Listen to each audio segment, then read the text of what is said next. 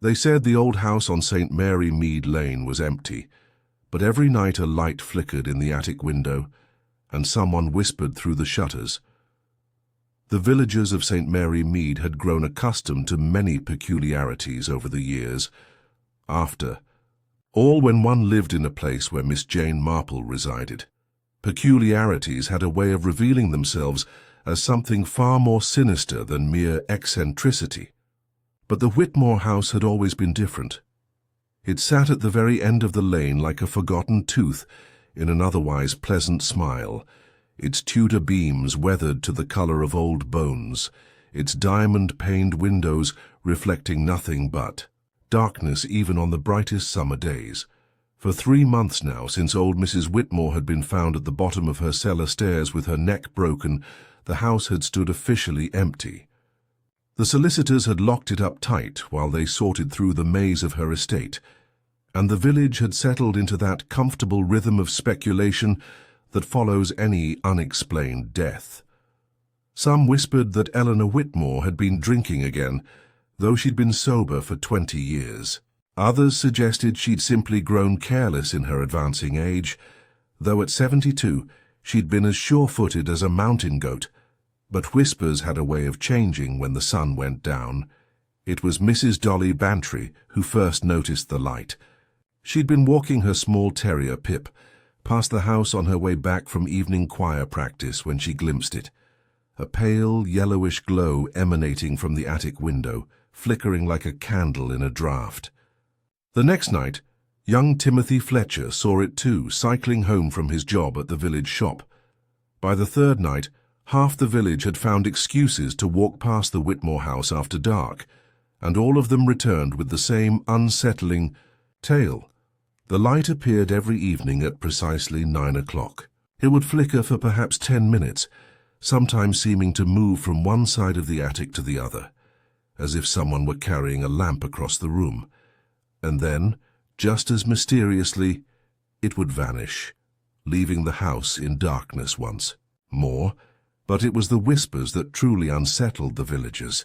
Mrs. Bantry swore she'd heard them first, a low, urgent murmuring that seemed to seep through the very walls of the house. She couldn't make out words.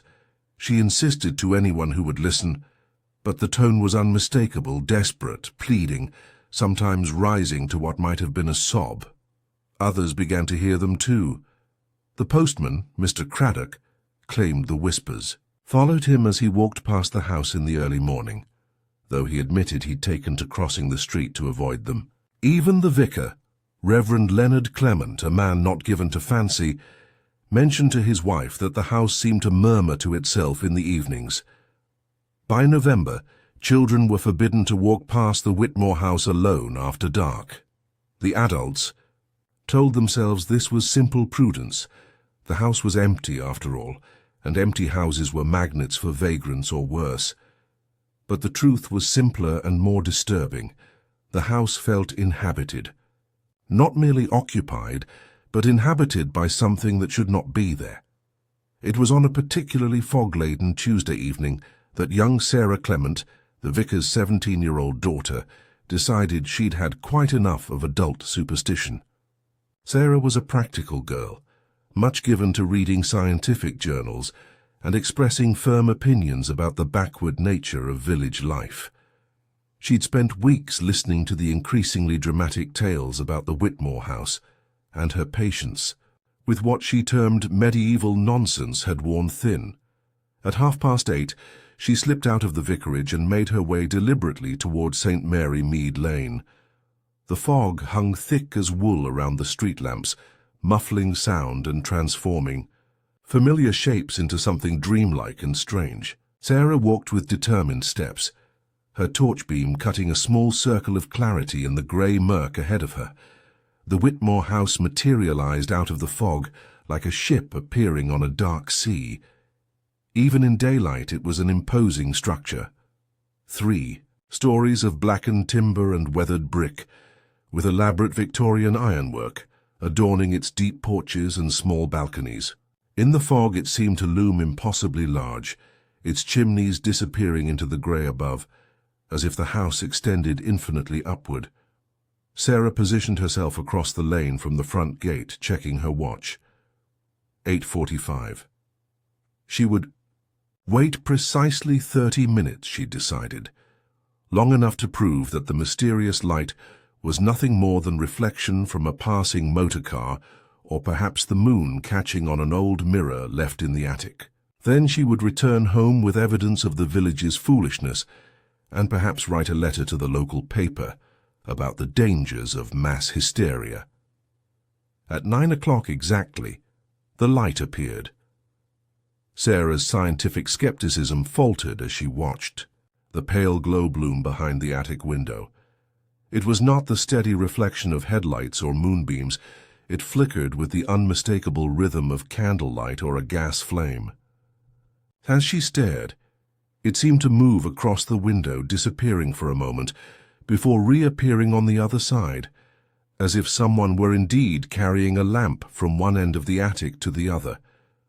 But it was not until she heard the whispers that Sarah's rationalism crumbled entirely. They began as a low murmur, so soft she might have mistaken them for the wind in the trees, if not for the breathless stillness of the fog-wrapped night. But as she listened, the sounds resolved themselves into something unmistakably human, a woman's voice, urgent and pleading, speaking words that seemed to hover just beyond comprehension. The whispers rose and fell like a conversation, sometimes breaking into what might have been sobs, sometimes dropping to an almost inaudible mutter. Sarah found herself leaning forward, straining to catch the words, when she realized with a shock that the voice seemed to be coming from directly above her. She looked up and her blood turned to ice. In the attic window, silhouetted against the flickering light, stood the figure of a woman. She was pressed against the glass, her hands flat against the window as if she were trapped behind it. Even through the fog and darkness, Sarah could see that the woman was wearing what appeared to be a long dress or nightgown, and her hair hung loose around her shoulders. For a moment that stretched into eternity, the figure seemed to stare down directly at Sarah. Then the whispers rose to a wail, a sound of such anguish and desperation that Sarah stumbled backward, her torch falling from nerveless fingers. The light in the attic went out as suddenly as a snuffed candle, plunging the house back into darkness. Sarah ran. She ran through the fog-wrapped streets with her breath coming in sharp gasps and her heart hammering against her ribs. She ran past the village green and the post office, and the small church where her father delivered his measured sermons about the rational order of God's universe. She ran until she reached the vicarage, where she burst through the front door and collapsed in the hallway, shaking uncontrollably. It was there that her mother found her 10 minutes later, practical, scientific Sarah Clement, crumpled on the floor and weeping with terror. "There's someone in the house," Sarah whispered when she could finally speak. "Someone trapped in the attic." Word of Sarah's experience spread through St. Mary Mead like wildfire through dry grass. By the next morning, the practical matter of the mysterious light had transformed into something far more urgent. If someone was indeed trapped in the supposedly empty Whitmore house, it was a matter for the police. Constable Frank Mellors, a mighty, steady man with 20 years of village policing behind him, arrived at the house at 10 o'clock sharp, accompanied by Mr. Grimsby from the solicitor's office, who carried the keys. The fog had lifted with the dawn, revealing the Whitmore house in its full, imposing daylight reality. The building showed all the signs of 3 months' abandonment, weeds growing through the gravel drive, leaves piled against the front door, that particular air of emptiness that seems to cling to unoccupied houses. Mr. Grimsby, a thin man with nervous hands, fumbled with the keys at the front door. "I don't understand it," he muttered, as the lock finally turned. "The house has been sealed since Mrs. Whitmore's death. No one should have been able to get in." The front door opened with a groan of protest, releasing a gust of stale, cold air that smelled of dust and something else, something sweet and cloying that made both men unconsciously step back. Inside, the house was exactly as it had been left, 3 months before. Mrs. Whitmore's furniture stood shrouded in dust sheets like sleeping ghosts. Her china still sat in the kitchen cupboards. Her books still lined the shelves in the sitting room. Everything was covered with a fine layer of dust that recorded no recent disturbance. But it was when they climbed to the attic that they found the first sign that something was amiss. The attic door, which Mr. Grimsby distinctly remembered locking after Mrs. Whitmore's death, stood slightly ajar. Constable Mellors pushed it open with the tip of his truncheon and played his torch beam across the space beyond. The attic was a low-ceilinged room that stretched the length of the house, filled with the accumulated detritus of decades. Trunks and boxes sat in neat rows, draped in sheets. Old furniture stood stacked against the walls, and there, near the front window, sat a small table with an oil lamp. The wick of the lamp was still warm. "Well," said Constable Mellors grimly, "someone's been here right enough." But when they searched the house from cellar to roof, they found no sign of any intruder.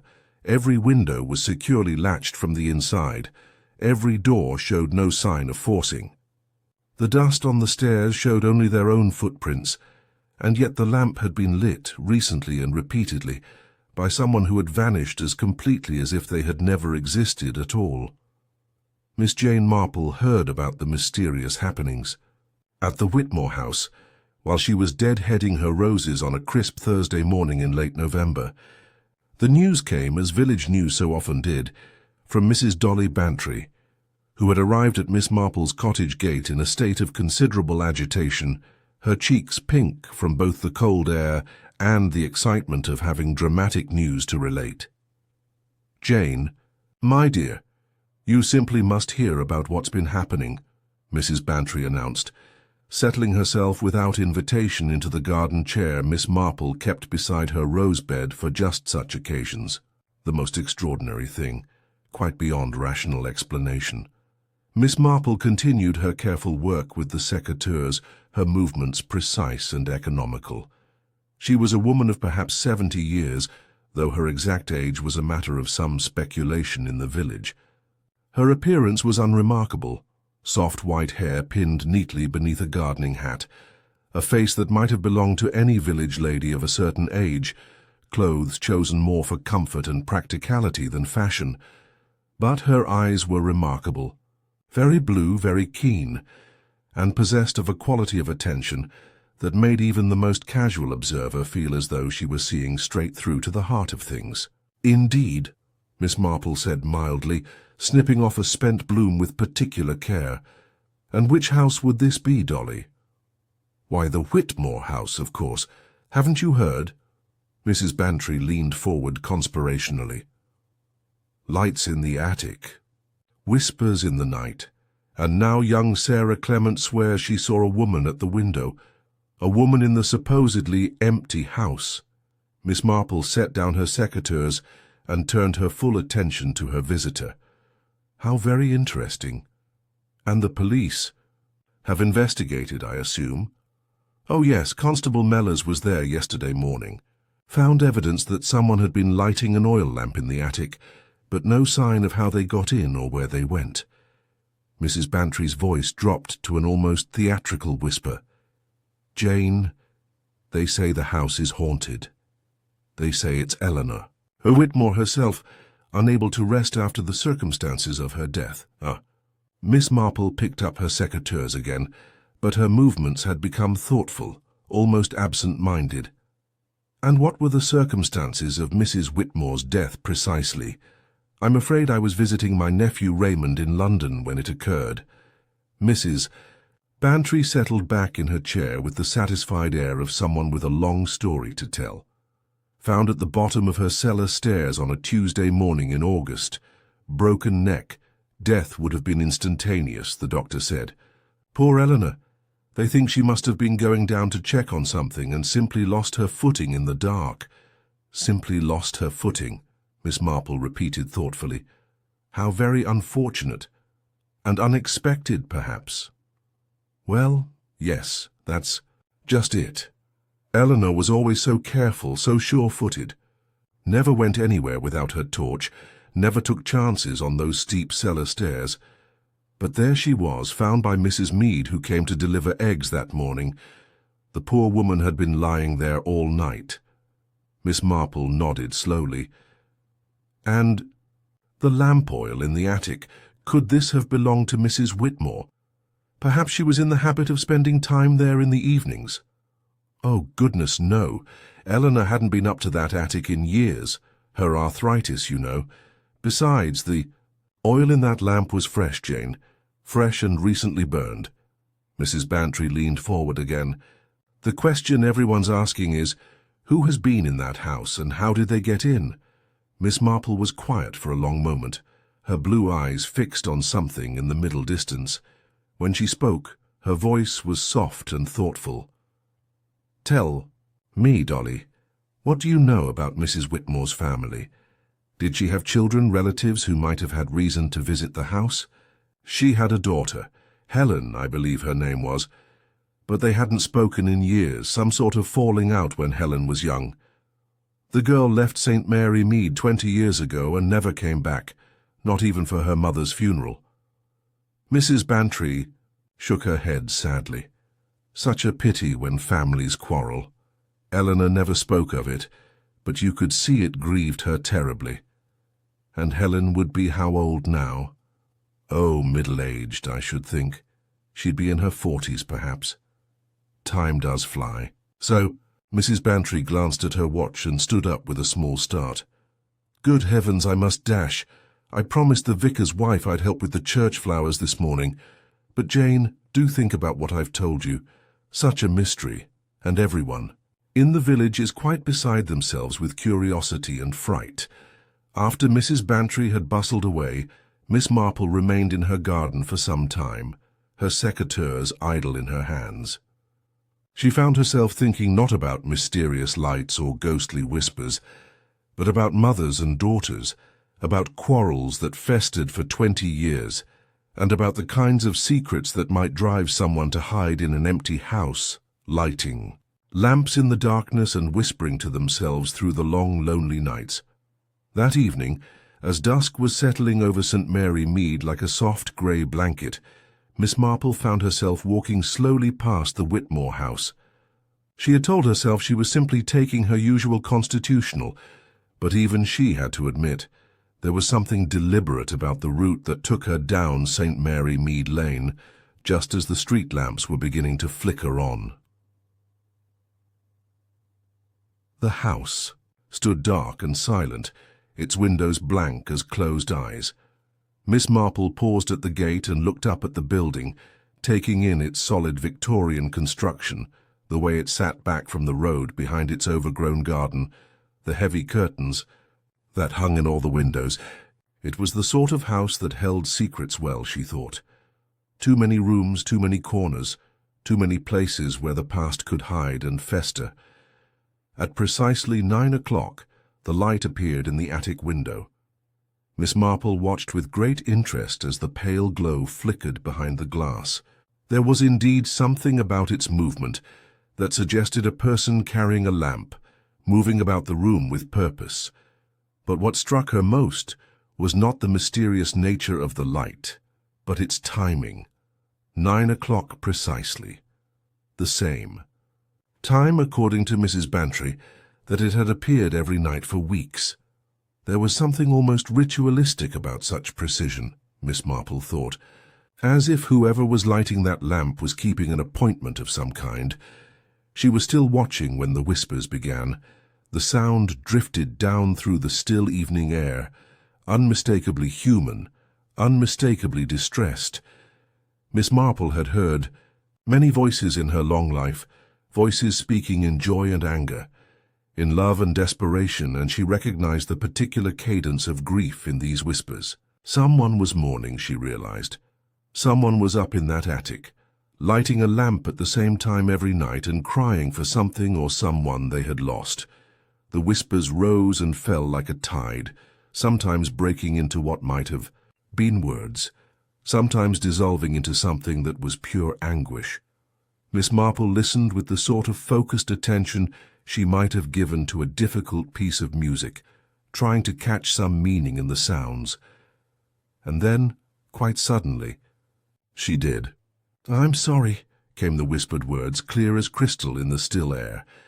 "I'm so sorry, Mother. Please forgive me." Miss Marple felt a small shock of recognition, not because she knew the voice, though something about its quality seemed familiar, but because she understood in that moment what she was hearing. This was not a ghost haunting the Whitmore house. This was something far more tragic. A daughter who had come home too late, who was keeping vigil over her grief in the place where her mother had died. The light in the attic window flickered once more and then went out, leaving the house in darkness. Miss Marple stood for a few minutes longer in the gathering night, thinking about the cruelest ironies of human nature, how pride could keep people apart for decades, how death could arrive before forgiveness, how regret could drive someone to haunt their own past like a ghost. Then she walked quietly home, her mind already turning to the delicate question of what should be done about a woman who was trespassing on her own grief. The next morning brought one of those clear, bright November days that seemed to polish the world to a crystalline shine. Miss Marple woke early, as was her habit, and after a simple breakfast of tea and toast, she put on her best walking coat and made her way to the village centre. Her first stop was the post office, where Mrs. Meade presided over the mail sorting, with the efficient authority of someone who knew everyone's business and considered it her duty to stay informed. "Good morning, Mrs. Meade," Miss Marple said pleasantly as she entered the small, crowded shop that served as both post office and general store. "Such a lovely morning after all that dreadful fog." "Indeed it is, Miss Marple, though I dare say we'll have more before winter's through." Mrs. Meade was a stout woman in her 60s, with greying hair and the sort of shrewd eyes that missed very little. "I don't suppose you've heard about all the carrying on at the Whitmore house?" "Quite. The sensation it's been." "I had heard something," Miss Marple replied, examining a display of postcards with apparent interest. "So unsettling for the village. I understand the police have investigated?" "Oh yes, Constable Mellors was there yesterday. Found evidence someone's been in the house right enough, but no sign of how they got in. Most peculiar." Mrs. Meade leaned across the counter confidentially. "Between you and me, Miss Marple, I think someone's playing games with us. All this talk of ghosts and mysterious lights. Mark my words, there's someone having a laugh at our expense." Miss Marple nodded thoughtfully. "Perhaps. Though I wonder, when you found Mrs. Whitmore that morning in August, did you notice anything unusual about the house? Anything that might suggest someone else had been there?" Mrs. Meade's expression grew more serious. "Now that you mention it, there was something. When I went into the kitchen to telephone for the doctor, I noticed Eleanor's best teacup sitting on the counter, the one with the roses that had been her mother's. It was clean, mind you, but sitting out as if she'd been using it. Struck me as odd because Eleanor never used her good china for every day. How interesting, as if she might have been expecting a visitor. That's just what I thought. But when the police asked around, no one admitted to visiting Eleanor that evening, and there was only the one cup." Mrs. Meade shook her head. "Poor Eleanor dying alone like that. Such a tragedy, especially with the daughter never bothering to come home." Miss Marple selected a postcard of the village church and placed it on the counter. "The daughter, Helen, wasn't it? Do you happen to know what the quarrel was about? 20 years is such a long time to remain estranged." Mrs. Meade's expression darkened. "Oh, that was a dreadful business. Helen was always a headstrong girl, full of ideas about leaving the village and making something of herself in London. When she was 22, she fell in love with a married man, if you can believe it. Eleanor was beside herself, threatened to cut Helen off entirely if she didn't end the affair." Mrs. Meade lowered her voice. "Well, the long and short of it was that Helen chose the man over her mother, packed her bags one night and left without a word. The man left his wife and went with her to London. And they never reconciled? Never. Eleanor was a proud woman and stubborn as they come. Helen wrote letters at first, but Eleanor would send them back unopened. After a few years the letters stopped coming. Mrs. Meade shook her head sadly. Such a waste. Eleanor never stopped hoping Helen would come back, you know. She kept the girl's room exactly as she'd left it, as if she might walk through the door any day. Miss Marple paid for her postcard and thanked Mrs. Meade for the information. As she left the post office, her mind was working through the implications of what she'd learned. A daughter who had left in anger 20 years ago, a mother who had died alone, possibly after setting out her best china as if expecting someone. And now mysterious lights in an empty house and the sound of someone apologizing to the dead. Her next stop was the vicarage, where she hoped to have a word with young Sarah Clement about exactly what she had seen in the attic window. The vicarage was a comfortable Georgian house set in a large garden behind the church. Miss Marple found Sarah in the garden, raking leaves with the determined efficiency of someone working off nervous energy. The girl was tall and dark-haired, with intelligent eyes and the sort of serious expression that suggested she took herself and the world quite seriously. "Good morning, Sarah," Miss Marple called from the garden gate. "Might I have a word with you? I understand you had quite an unsettling experience the other evening." Sarah looked up from her raking, and Miss Marple was surprised to see how pale and drawn the girl looked. Whatever Sarah had seen at the Whitmore house had clearly affected her deeply. "Oh, Miss Marple." "Yes, I suppose the whole village knows by now." Sarah leaned on her rake and pushed a strand of hair away from her face. "I feel rather foolish, actually. I went there to prove that all the talk of ghosts and mysterious lights was nonsense, and instead you found yourself confronted with something quite real and quite disturbing," Miss Marple said gently. "There's no shame in being frightened by the unexplained, my dear. Tell me, what exactly did you see in that window?" Sarah glanced around as if to make sure they weren't overheard, then moved closer to the gate. "A woman," she said quietly.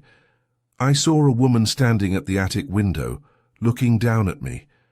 She was wearing what looked like a nightgown or a dress, and her hair was loose around her shoulders. But Miss Marple, the strangest thing was how she stood, with her hands pressed against the glass, as if she were trapped, trying to get out." "Could you see her face clearly?"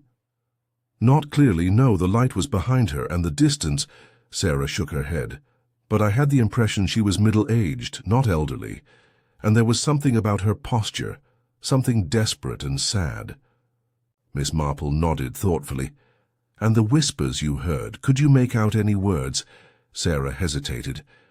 I thought I heard someone apologizing.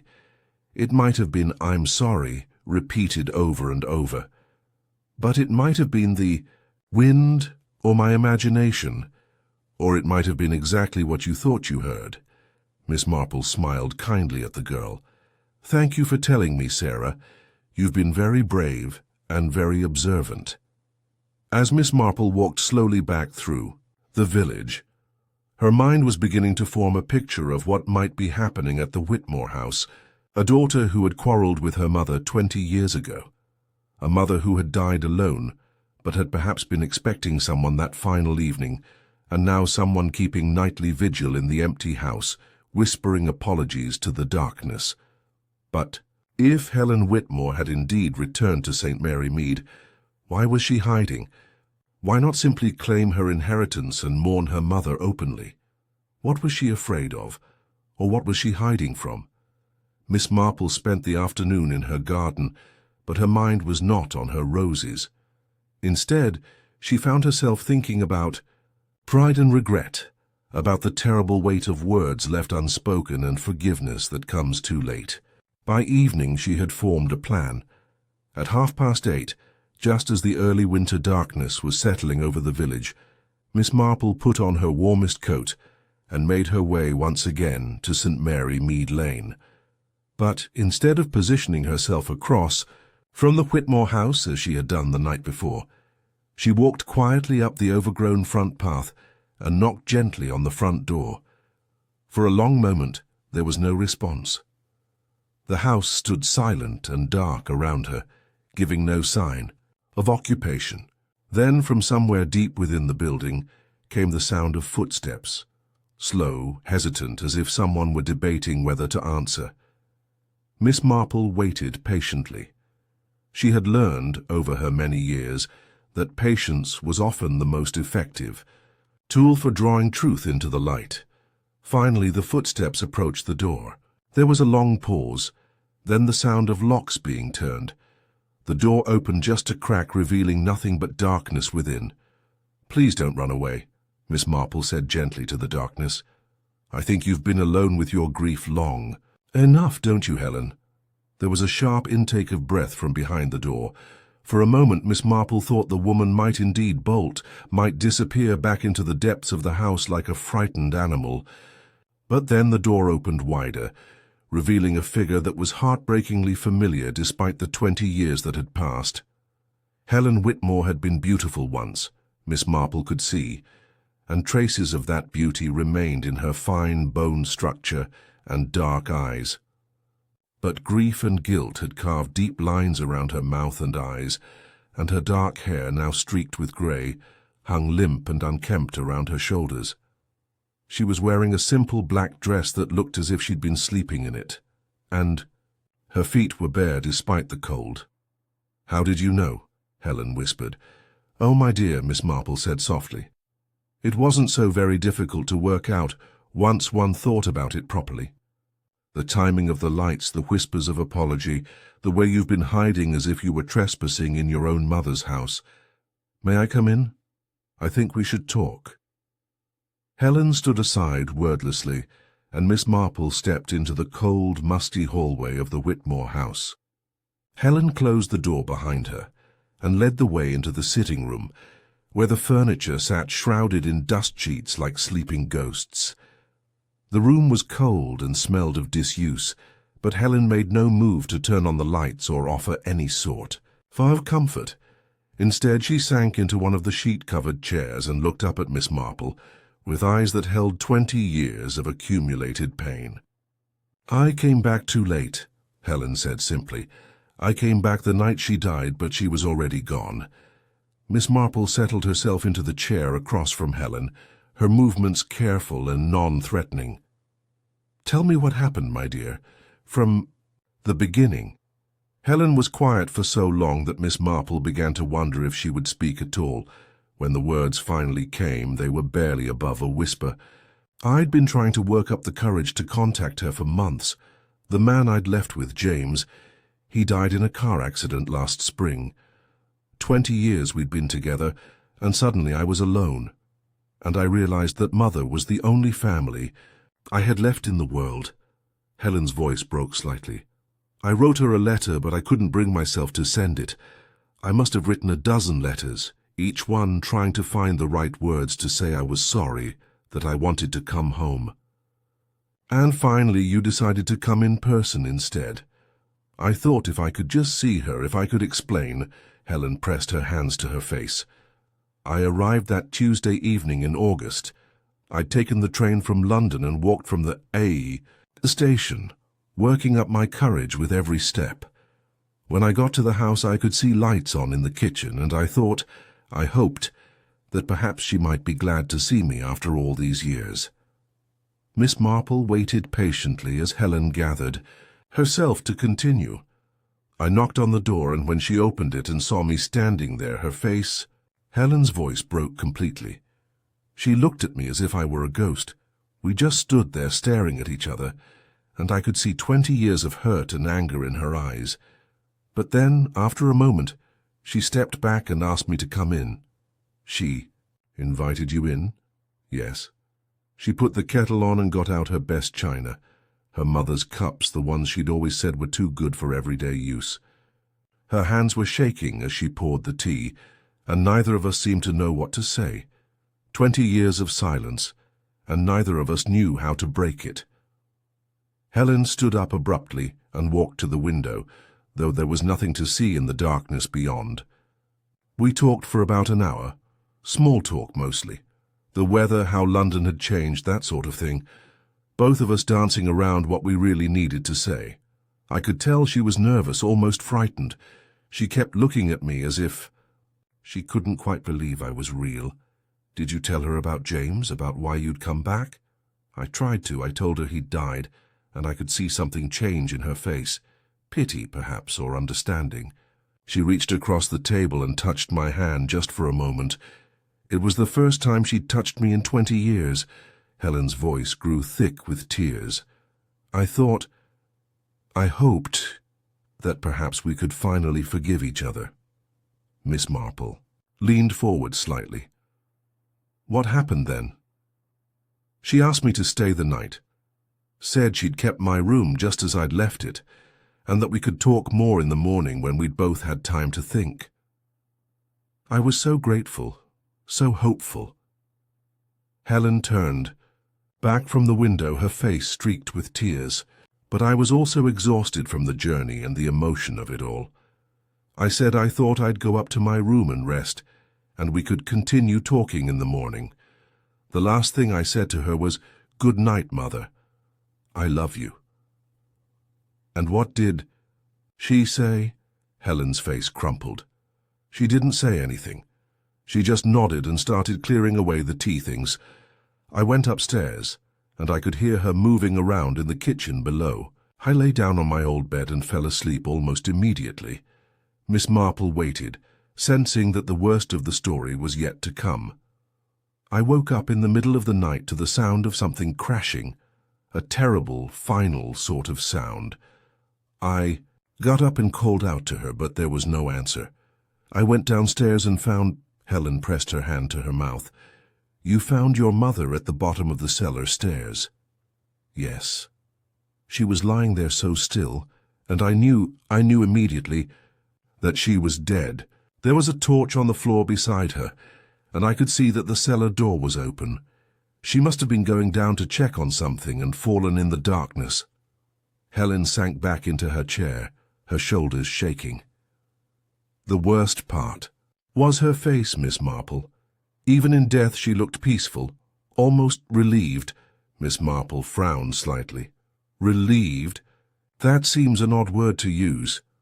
I know, but that's how she looked, as if some great burden had been lifted from her shoulders. Helen wiped her eyes with the back of her hand. I sat with her for the rest of the night. I kept thinking the police would ask why I hadn't called for help immediately, but the truth was she was so clearly gone, and I couldn't bear the thought of strangers coming and taking her away. I wanted just a few more hours with her, to say the things I should have said 20 years ago. And in the morning I panicked. I realized that if I was found there would be questions about why I'd come back, about the timing of my return, about why I'd waited all night to report her death. People would think— Helen's voice trailed off. People would think I had something to do with her death, Helen finished quietly. Our daughter, who'd been estranged for 20 years, who suddenly appeared the very night her mother died. I could imagine the whispers, the suspicions. So I left before dawn. I walked back to the station and took the first train to London, and I told myself I'd done the right thing. Miss Marple studied Helen's face in the dim light filtering through the curtains. But you couldn't stay away. No. The guilt was eating me alive. I kept thinking about how she'd looked when she opened the door and saw me, so shocked, so hurt, and then how she'd softened as we talked, how she'd touched my hand. Helen's voice broke again. I kept wondering if I'd killed her, Miss Marple, if the shock of seeing me after all these years had somehow contributed to her falling down those stairs. And so you came back. 3 weeks after the funeral, I told myself I just wanted to see the house one more time, to say goodbye properly. I knew where Mother kept the spare key, under the loose brick by the back door, so I let myself in. But once I was inside— Helen gestured helplessly around the shrouded room. I couldn't leave. This was where I'd last seen her, where we'd had our final conversation. I kept going over and over that evening in my mind, wondering if I could have done something different, said something that might have made her more careful on those stairs. Miss Marple leaned back in her chair, her expression thoughtful. "And you've been living here ever since?" "Not living, exactly. Existing. I have a small flat in London that I've been paying for but not using. I come and go carefully, always after dark, always making sure no one sees me. During the day I stay in the attic where no one would think to look. I brought some basic supplies, tinned food, bottled water, a few changes of clothes." Helen looked around the room as if seeing it for the first time. I know it sounds mad, but I felt closer to her here, as if I could somehow make amends by keeping vigil. And the light in the attic window, I found an old oil lamp up there.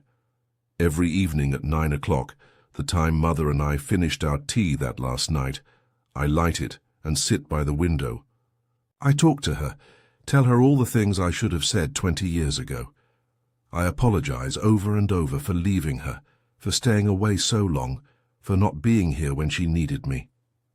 Helen's voice dropped to a whisper. Sometimes, I imagine, I can hear her answering me, forgiving me, but I know it's just wishful thinking. Miss Marple was quiet for a long moment, absorbing the full tragedy of Helen's story. Here was a woman who had been trapped for months by her own guilt and grief, punishing herself for a reconciliation that had come too late and a death she blamed herself for causing. "Helen," Miss Marple said gently, "may I ask you something that might seem impertinent?" Helen nodded warily. "That evening when you and your mother were talking, did she seem unwell to you? Unsteady on her feet perhaps, or confused?"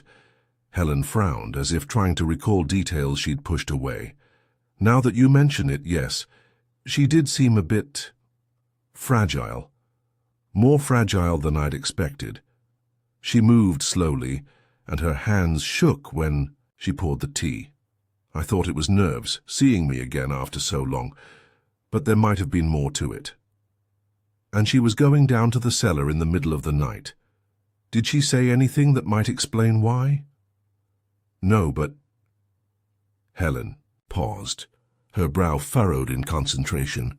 "She did mention something during our conversation about a problem with the furnace, said it had been making strange noises, and she was worried it might need repair. She was always so independent, so determined to handle things herself, rather." "Then ask for help." Miss Marple nodded slowly. "I think, my dear, that you've been carrying a burden that was never yours to bear. Your mother's death was an accident, a tragic accident, but not one caused by your visit. If anything, I suspect your visit may have given her some peace in her final hours." Helen looked up sharply. "What do you mean?" "Mrs. Meade mentioned that your mother had set out her best china that evening. That suggests she was expecting someone, or hoping someone might come. Perhaps she'd been thinking about you as much as you'd been thinking about her. Perhaps your arrival was not the shock you believed it to be, but rather an answered prayer." Helen stared at Miss Marple with something like wonder in her eyes. "Do you really think so?" "I think," Miss Marple said carefully, "that 20 years of estrangement is a heavy burden for both a mother and daughter to carry, and I think that sometimes the heart knows what the mind is too proud to admit. Your mother kept your room unchanged, Helen. That doesn't sound like the action of a woman who had given up hope of reconciliation." Helen began to cry then, not the quiet, controlled tears she'd been shedding, but deep, wrenching sobs that seemed to come from the very core of her being. Miss Marple moved to sit beside her on the dusty sofa and took her hand, saying nothing, simply offering the comfort of human presence to someone who had been alone with her grief for far too long. When Helen's tears finally subsided, she looked up at Miss Marple with eyes that seemed clearer than they had all evening. "What should I do?" she whispered. "I can't keep hiding here forever, but I don't know how to face the world again." Miss Marple squeezed her hand gently. I think, my dear, that it's time to stop punishing yourself and start living again. Your mother would not have wanted this for you, this half-life in the shadows, this endless cycle of guilt and regret. She would have wanted you to be happy, to build a life that honored the love you shared rather than the years you were apart. But what about the house? What about... Helen gestured around helplessly. What about taking your rightful place as your mother's daughter and heir? What about coming forward and claiming what is legally yours instead of skulking about like a trespasser in your own home? Miss Marple's voice was kind but firm. There will be questions, yes, and perhaps some gossip. Village life thrives on both. But there will also be understanding and compassion and relief that the mystery has finally been solved. Helen was quiet for a long moment, considering. "I'm frightened," she admitted finally. "Of course you are. Courage isn't the absence of fear, my dear. It's acting in spite of fear. And you've already shown tremendous courage by surviving these past months, by working through your grief, by finally letting someone else share your burden." Miss Marple stood up and walked to the window, pulling back the heavy curtain to reveal the quiet street beyond. "Tomorrow morning, I think, we should call Constable Mellors and Mr. Grimsby from the solicitor's office. We'll explain that you've been staying in London and have only just learned about the mysterious lights that have been frightening the village. You've come back to investigate and put an end to the speculation. But that's not exactly the truth. It's enough of the truth for public consumption," Miss Marple said pragmatically. "The whole truth, your private grief, your final conversation with your mother, that belongs to you. You're under no obligation to share your pain with the entire village, merely to satisfy their curiosity." Helen stood up slowly, as if testing her ability to bear weight after months of existing in shadows. "And you think they'll accept that explanation?" "I think," Miss Marple said with a slight smile, "that people are generally so relieved to have a rational explanation for mysterious events that they rarely examine it too closely. The important thing is that the mystery will be solved. The village will be able to sleep peacefully again, and you will be able to begin the process of reclaiming your life." They spent the next hour making practical plans. Helen would need to contact her landlord in London and arrange to have her few belongings sent to St. Mary Mead. She would need to meet with the solicitors about her inheritance, make arrangements for the house to be properly cleaned and aired, perhaps even decide whether she wanted to continue living there or sell it and make a fresh start elsewhere. "There's no hurry for any of those decisions," Miss Marple assured her. "The important thing is that you have options now, choices to make about your future, instead of being trapped by your past." As the clock in the hallway chimed midnight, Miss Marple prepared to take her leave. Helen walked her to the front door, moving with more purpose than she had shown all evening. "Miss Marple," Helen said as they reached the door, "why did you help me? Why didn't you simply call the police when you realized someone was in the house?" Miss Marple paused with her hand on the door handle. "Because, my dear, I recognized the sound of a heart breaking. I've heard it many times over the years, and I've learned that what people in that state need most is not judgment or exposure, but compassion and understanding." She smiled gently. "Besides, mysteries are only interesting when they involve genuine puzzles. The mystery of a daughter mourning her mother in private is not really a mystery at all. It's simply human nature at its most fundamental." Helen nodded, her eyes bright with tears that seemed, for the first time in months, to be tears of relief rather than despair. "Will you light the lamp in the attic tonight?" Miss Marple asked softly. Helen considered the question. "No," she said finally. "I think it's time to stop apologizing to the darkness and start living in the light." Miss Marple smiled. "I think your mother would approve of that decision." The next morning dawned clear and cold, with the sort of crystalline air that made every sound carry farther than usual and every color seem more vivid. Miss Marple woke early, as was her habit, and after her usual breakfast of tea and toast, she made her way to the police station where Constable Mellors was just beginning his morning routine. Miss Marple, the constable said with some surprise as she entered the small office. You're about early this morning. Nothing wrong, I hope? Not wrong, exactly, Constable, but I believe I may have some information about the mystery at the Whitmore house that's been troubling the village so much. Constable Mellors set down his cup of tea and gave Miss Marple his full attention. Indeed, that would be most welcome news. The whole business has everyone quite worked up. Miss Marple settled herself into the visitor's chair and arranged her words carefully. I had occasion to speak with a friend in London yesterday evening, someone who works with estate agents and has been helping people relocate from the city to rural areas. It seems that Mrs. Whitmore's daughter, Helen, has recently returned from abroad and has been staying in London while sorting out her affairs. This was not entirely untrue, Miss Marple reflected. Helen had been living in London, and she had indeed been sorting out her affairs after a fashion. She learned about the mysterious lights in her mother's house quite by accident, through mutual acquaintances who'd heard the story from relatives in St. Mary Mead.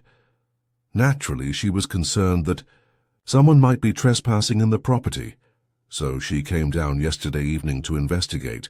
Constable Mellors leaned forward with interest. And she discovered that the mysterious occupant was herself.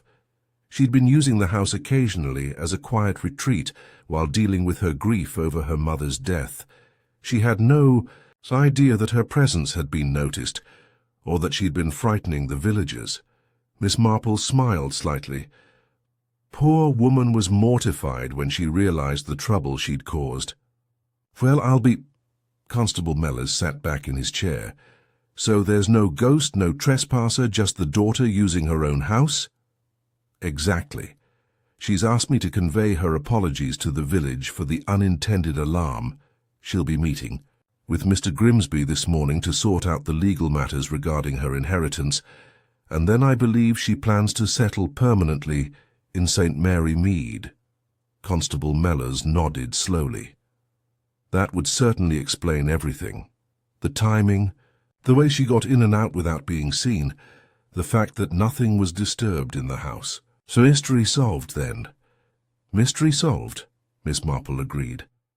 An hour later, Miss Marple was walking back toward St. Mary Mead Lane when she encountered Mrs. Bantry coming from the opposite direction, her face bright with curiosity and the anticipation of news. Jane, my dear, you'll never guess what's happened. The most extraordinary thing. Helen Whitmore has returned to the village. Indeed, Miss Marple said mildly.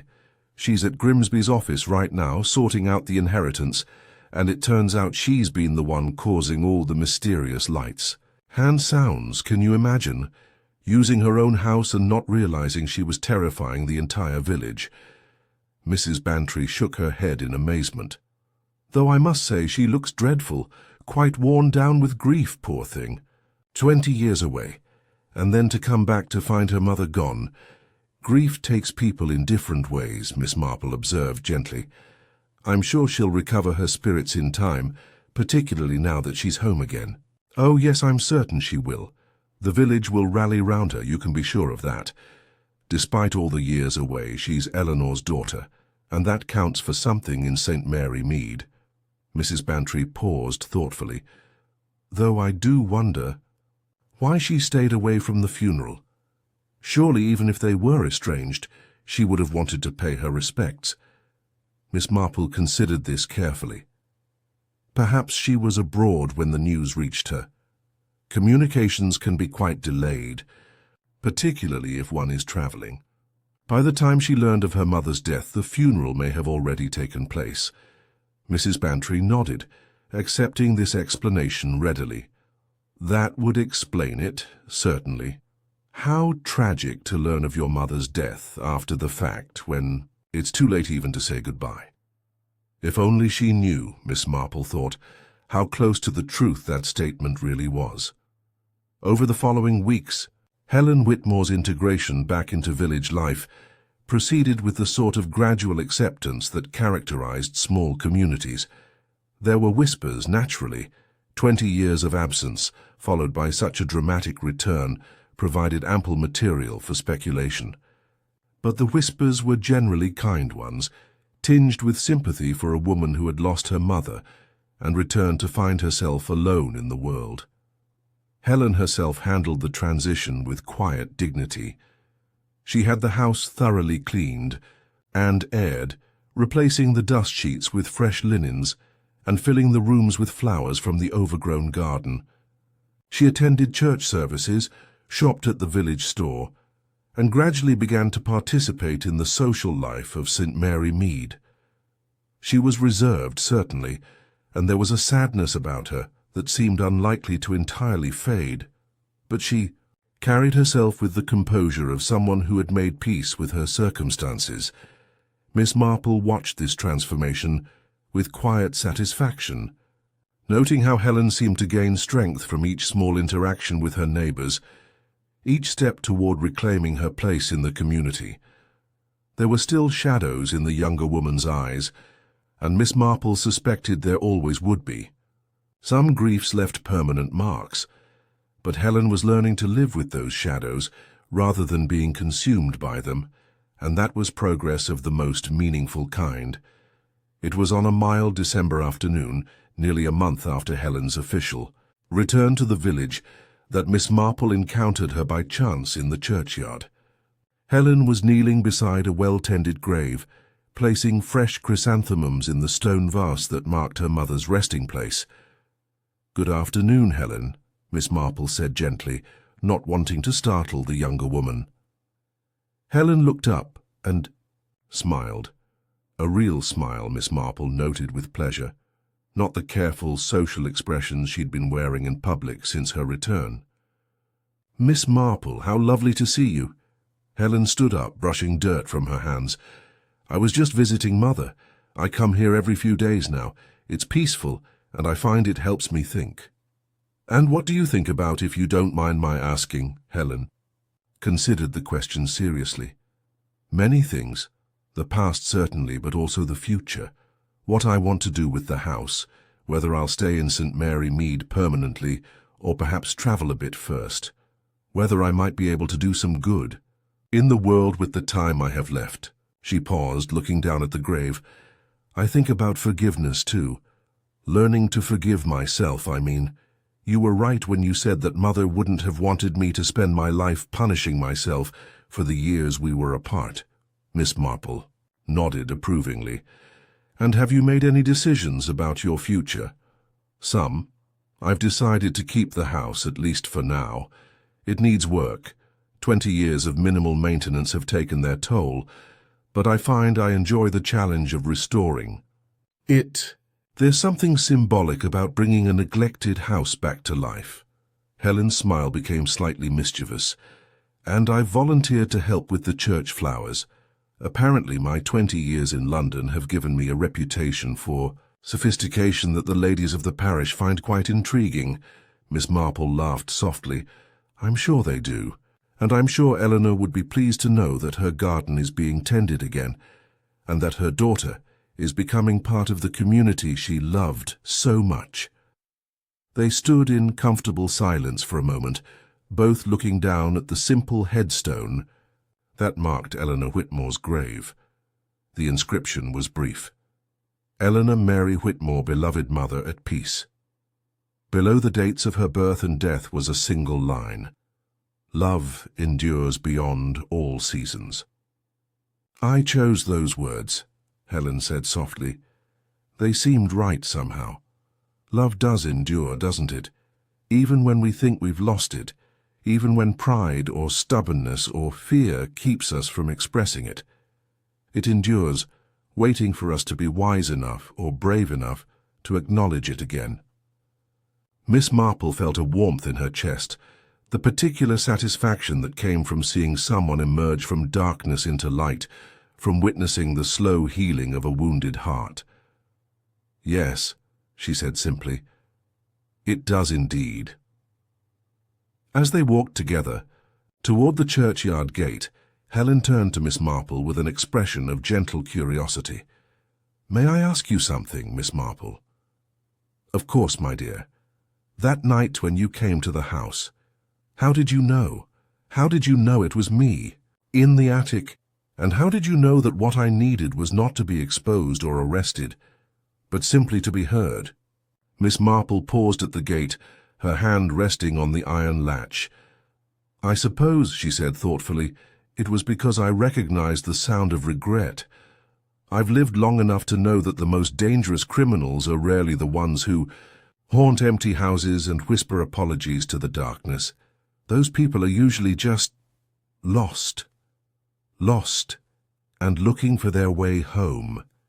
Helen nodded slowly. "And you helped me find my way home?" "No, my dear. You found your own way home. I merely held the light while you took the first few steps."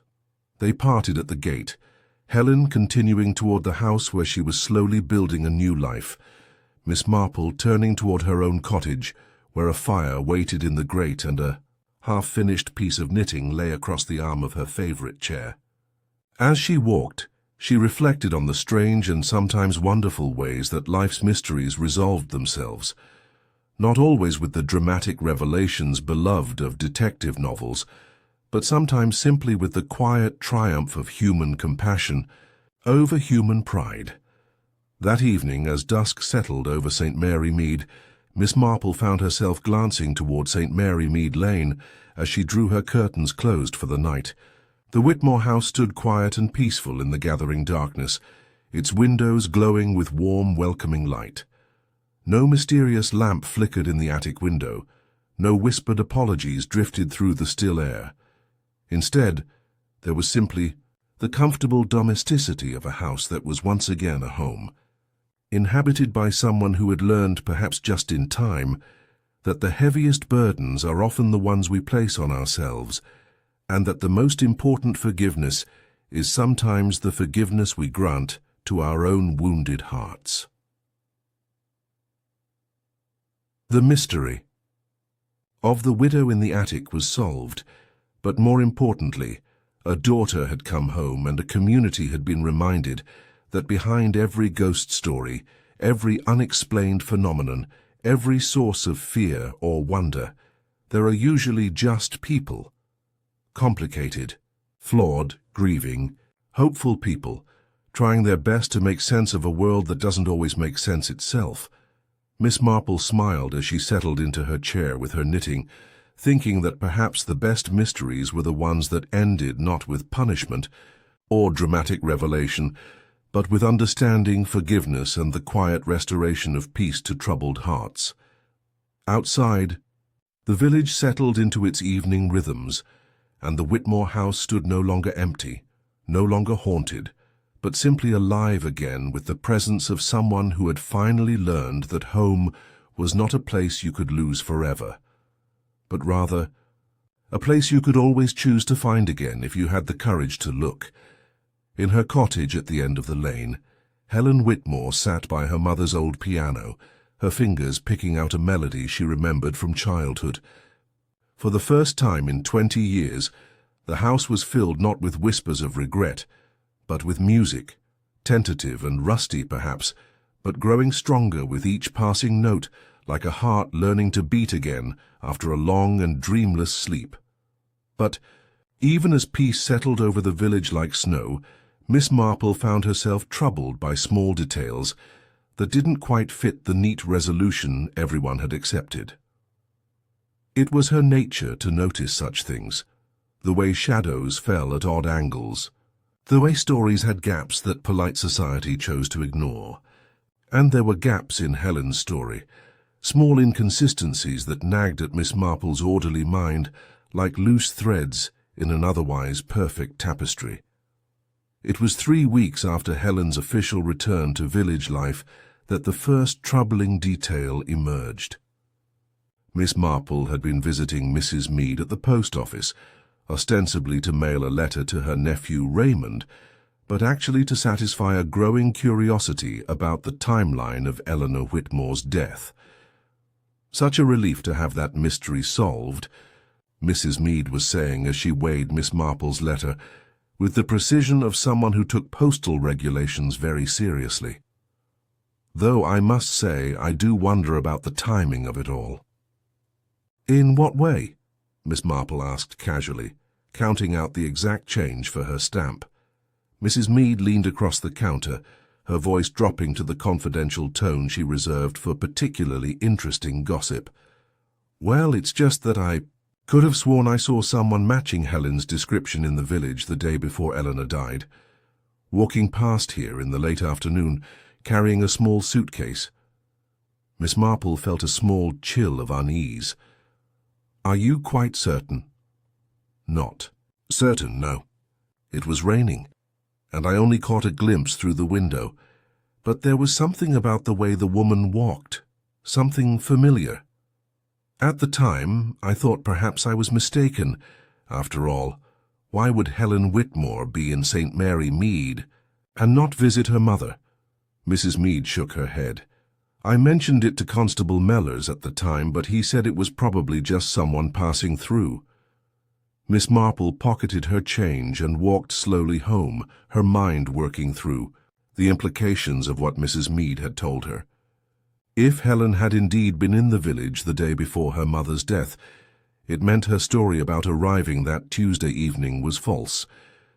But why would she lie about something so seemingly inconsequential? What had happened during those missing hours that Helen felt compelled to hide? The answer came to her 2 days later, in the form of an unexpected visitor. Miss Marple had been tending to her winter garden, cutting back the last of the autumn roses, when she became aware of someone watching her from the lane. She looked up to see a man of perhaps 50 years, well-dressed but with the slightly rumpled appearance of someone who had been traveling. His face was familiar, though she couldn't immediately place it.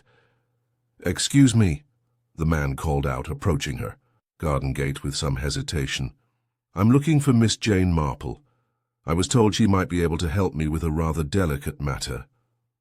Miss Marple set down her secateurs and walked to the gate, studying the stranger with keen interest. "I am Jane Marple, and you are?" "Dr. James Morrison," the man replied, extending his hand. "I've come from London regarding the Whitmore family, specifically regarding Helen Whitmore." Miss Marple felt another chill of unease. Dr. Morrison, the name was familiar, though she couldn't quite place it. "Indeed. And what brings you to St. Mary Mead, Dr. Morrison?" The man glanced around nervously, as if ensuring they weren't overheard. "I understand that Helen has recently returned to the village and is claiming to be Eleanor Whitmore's daughter. I'm afraid there may be some confusion about that." "Confusion?" Dr. Morrison reached into his coat and withdrew a folded newspaper clipping. "Helen Whitmore died in a car accident in London 6 months ago. I should know. I treated her injuries at St. Bartholomew's Hospital, though there was nothing I could do to save her. This woman who's been living in the Whitmore house, whoever she is not Eleanor's daughter." Miss Marple felt the ground shift beneath her feet. She accepted the newspaper clipping with hands that remained perfectly steady, despite the shock coursing through her system. The obituary was brief but clear. "Helen Elizabeth Whitmore, aged 42, died Tuesday from injuries sustained in a motor vehicle collision. She is survived by her mother, Eleanor Whitmore of St. Mary Mead, who was unable to attend the funeral due to poor health." "I don't understand," Miss Marple said slowly. "If Helen died 6 months ago, then who—" "That's exactly what I've been wondering," Dr. Morrison interrupted gently. "I was Helen's physician for several years before her death. She spoke often of her estranged mother in St. Mary Mead, of her regrets about their quarrel, of her desire to reconcile before it was too late. When I heard through mutual acquaintances that someone claiming to be Helen had appeared in the village, I felt I had to investigate." Miss Marple studied the doctor's face, noting the genuine concern in his expression. "Dr. Morrison, may I ask how you came to know Helen so well? Were you treating her for some particular condition?" The doctor's expression grew sad. "Helen had been battling cancer for the past 2 years. She was in remission when she died, but the treatment had been difficult, and she'd grown quite thin and frail. She often spoke of her mother, wondering if Eleanor would forgive her, whether she should try to contact her despite their long estrangement. He paused, his voice growing soft with memory. The irony is that Helen finally worked up the courage to write to her mother just a week before the accident. She was planning to post the letter the day she died. Miss Marple felt pieces of a new and more disturbing puzzle beginning to arrange themselves in her mind. This letter, what became of it? I believe it was among her personal effects. The solicitor handling her estate mentioned finding several unsent letters to her mother, all expressing her desire for reconciliation. Dr. Morrison looked at Miss Marple intently. Miss Marple, I must ask, have you met this woman who claims to be Helen? Could you describe her to me? Miss Marple provided a careful description of the woman she knew as Helen Whitmore, noting her approximate age, her appearance, her mannerisms. As she spoke, she watched Dr. Morrison's expression grow increasingly troubled. The woman you're describing bears no resemblance to the Helen Whitmore I knew, he said finally. Helen was blonde, quite petite, with blue eyes and a very soft voice. She was also considerably younger than the woman you've described. The implications of this revelation hit Miss Marple like a physical blow. If the woman living in the Whitmore house was not Helen, then who was she? How had she known so much about the family's history, about the quarrel between mother and daughter, about the intimate details of their estrangement? And most disturbing of all, what had really happened to Eleanor Whitmore on the night she died, Dr. Morrison? Miss Marple said carefully. I believe we need to speak with Constable Mellors immediately. If the woman in the Whitmore house is an impostor, then we may be dealing with something far more serious than a simple case of mistaken identity. An hour later, the three of them sat in Constable Mellors' small office, the newspaper obituary spread on the desk between them like an accusation. The constable had listened to Dr. Morrison's account with growing alarm, occasionally referring to his notes from the original investigation into Eleanor Whitmore's death. But this doesn't make sense, Mellors said finally. The woman knows too much about the family, about their history. How could an impostor have such detailed knowledge? That's exactly what we need to determine, Miss Marple replied. Dr. Morrison, you mentioned that Helen had written letters to her mother before her death. Is it possible that someone else had access to these letters? Someone who might have used the information in them to create a false identity? Dr. Morrison frowned thoughtfully. It's possible, I suppose. Helen's landlady in London was the one who contacted me about her death, a Mrs. Sarah Blackwood. She'd been quite close to Helen, almost like a mother to her. Helen had no other family.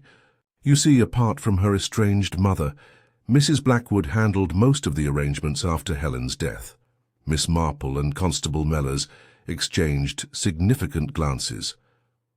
This Mrs. Blackwood, Miss Marple said slowly. Could you describe her?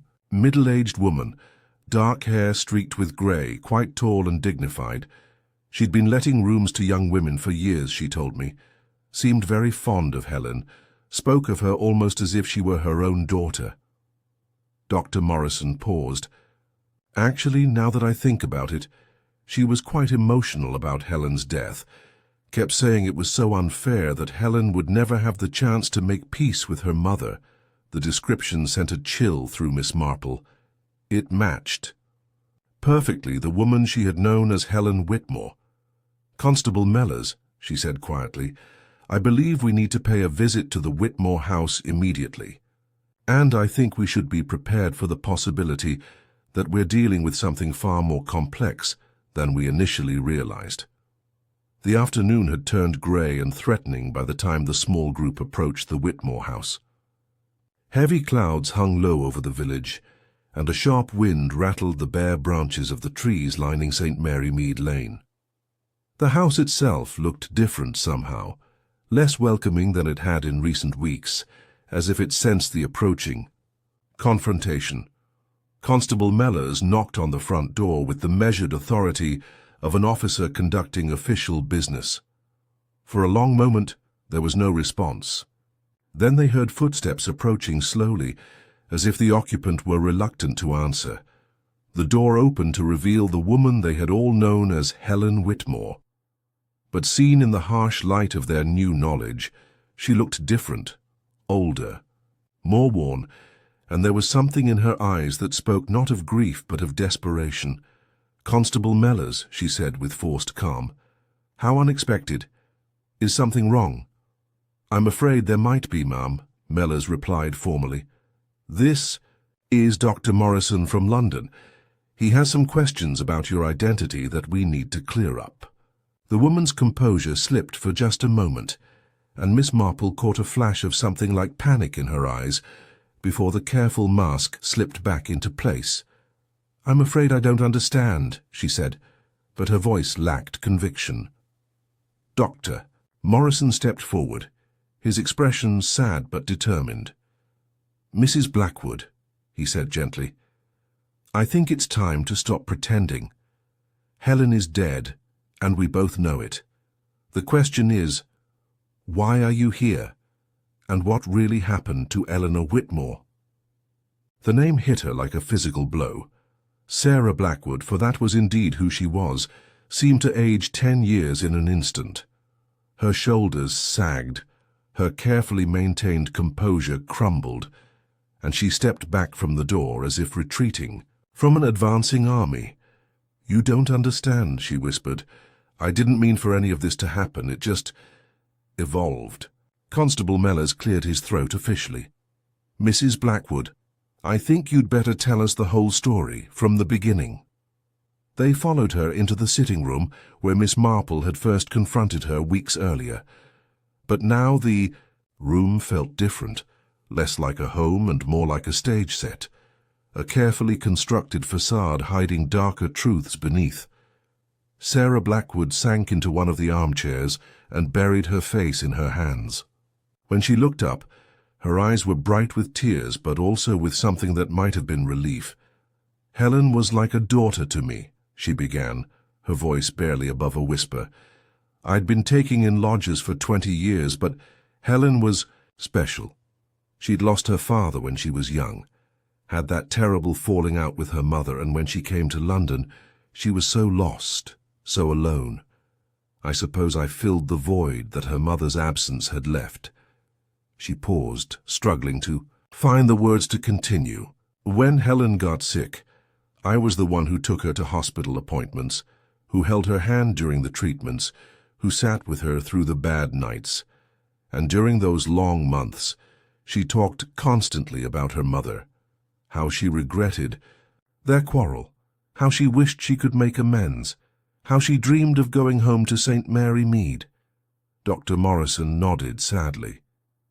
"She spoke of this to me as well. The guilt was eating her alive." "Yes," Sarah continued, "and in her final weeks, when she knew she was dying despite the remission, she became obsessed with the idea of writing to her mother. She must have written 50 letters, each one trying to find the perfect words to bridge 20 years of silence. But she could never work up the courage to send them." Miss Marple leaned forward slightly. "And then she died, in the accident."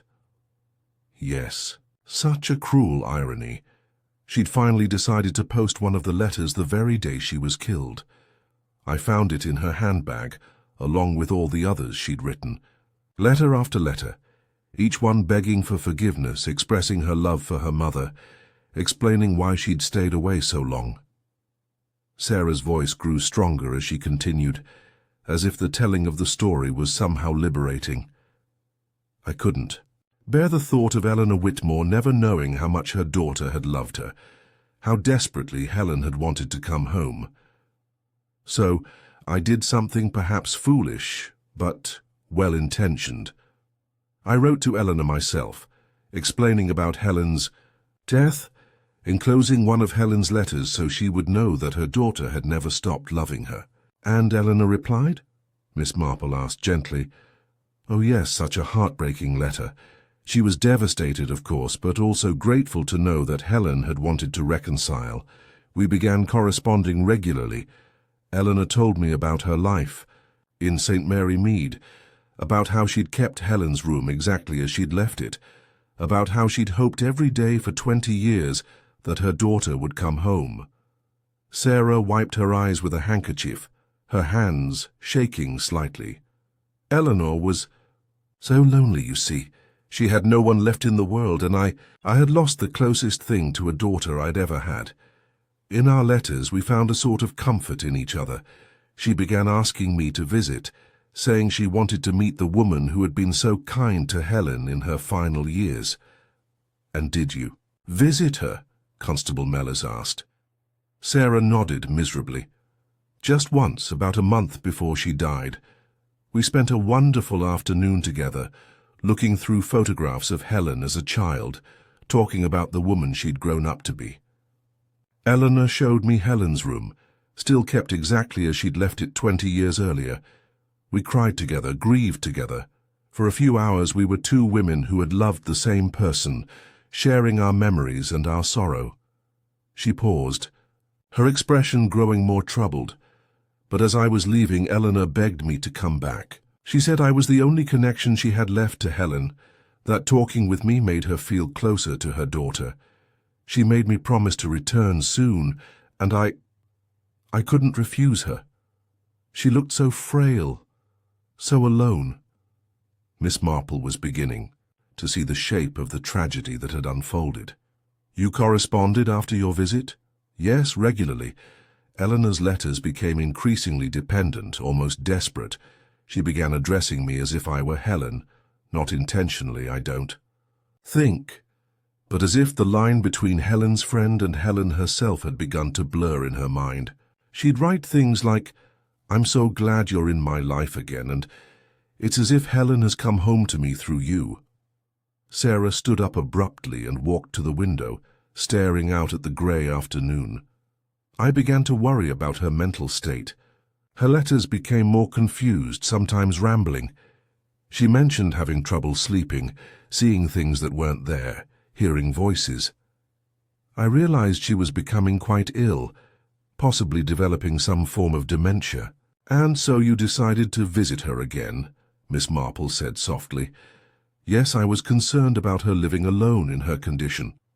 I took the train down on the Monday, planning to stay overnight and perhaps arrange for some sort of care for her. But when I arrived—" Sarah's voice broke. "What happened when you arrived, Mrs. Blackwood?" Constable Mellors asked gently but firmly. Sarah turned back from the window, her face streaked with tears. She was waiting for me at the door as if she'd been watching for me all day. But when she saw me, something strange happened. She looked at me with such joy, such relief, and she said, "Helen, my darling Helen, you've finally come home." The room fell silent except for the sound of rain beginning to patter against the windows. "I tried to correct her," Sarah continued. "I said, 'No, Eleanor, I'm Sarah, Sarah Blackwood, remember, Helen's friend.' But she just smiled and shook her head as if I were being silly. 'Don't be modest, dear,' she said. 'I'd know my own daughter anywhere. Come in, come in. I've kept your room ready for you all these years.'" Miss Marple felt a chill of understanding. She had confused you with Helen in her mind. Completely. And the terrible thing was, how happy it made her. I'd never seen anyone so purely joyful. She bustled about, making tea with her best china, talking non-stop about how she'd prayed every day for this moment, how she'd never given up hope that her daughter would come home. She kept touching my hand, my face, as if to convince herself I was real. Sarah sank back into her chair, exhausted by the memory. I didn't know what to do. She was so fragile, so happy. I told myself I'd stay for a few hours, let her have this moment of peace, and then gently remind her of the truth in the morning. But as the evening went on, I realized how ill she really was. She was confused about many things, not just my identity. She kept forgetting what year it was, talking about events from decades past as if they'd happened yesterday. "And you spent the night?" Dr. Morrison asked. "Yes, Eleanor insisted I sleep in Helen's room. My room, as she kept calling it. She was so excited to show it to me, explaining how she'd kept everything exactly the same, how she'd known I'd come back eventually. I couldn't bear to shatter her illusion. Sarah's voice grew quieter, more strained. But during the night I heard her moving about downstairs. When I got up to check on her, I found her in the kitchen, fully dressed and agitated.